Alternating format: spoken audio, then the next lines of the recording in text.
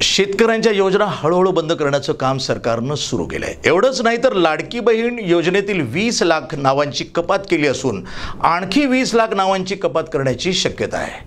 परंतु सरकारनं जर अशा या योजना बंद केल्या तर मंत्रालयावर मोर्चा काढू, जनतेला वाऱ्यावर सोडू देणार नाही असा इशारा खासदार डॉक्टर कल्याण काळे यांनी दिला आहे। खासदार डॉक्टर कल्याण काळे यांच्या वाढदिवसानिमित्त शहरातील मातोश्री लॉन्स इथं अभिष्टचिंतन सोहळा आयोजित करण्यात आला होता।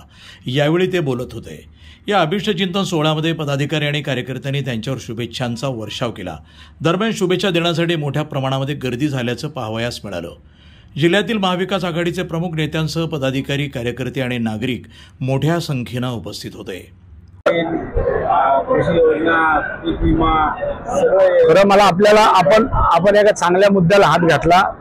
खरी परिस्थिती अशी आहे की ज्या वसंतराव नाईकाच्या काळात रोजगार हमी योजना या महाराष्ट्राला मिळाली आणि त्याच रोजगार हमी योजनेचा स्वीकारण्याचं काम मनमोहन सिंग साहेब पंतप्रधान असताना या देशाने केलं आणि मनरेगा नावाची जी स्कीम या देशामध्ये सुरू झाली तिला हळूहळू चाप लावण्याचं काम, किंबहुना ती योजना कशी बंद पडेल याचं नियोजन व्यवस्थितरित्या केंद्र सरकार करतंय।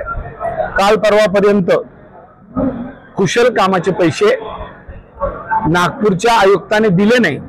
शेवटी मला स्वतःला नागपूरच्या आयुक्ताशी बोलावं लागलं, पत्रव्यवहार करावा लागला, सरकारला भांडावं लागलं आणि कुठेतरी काल परवा या 4 दिवसात शेतकऱ्यांच्या विहिरीचे, गायगोठ्याचे, पांदन रस्त्याचे, वेगवेगळ्या रोजगार हमी योजनेतल्या कामाचे कुशल भागातले किंवा अकुशल भागातले पैसे मिळायला लागले।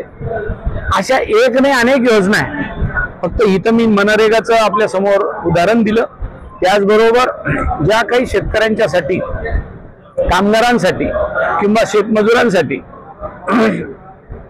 योजना आहे त्या हळूहळू बंद करायचा उपक्रम सुरू आहे। तुम्ही बघा, जाहिराती मोठ्या मोठ्या आहे। तुम्ही घरकुलाची योजना घ्या, प्रधानमंत्री आवास योजनेचे 40,000 घरं संभाजीनगर महानगरपालिकेला मंजूर करून 10 वर्ष झाली, त्यातली 4 घरं अजून मिळालेली नाही। NTV news Marathi, Jalna.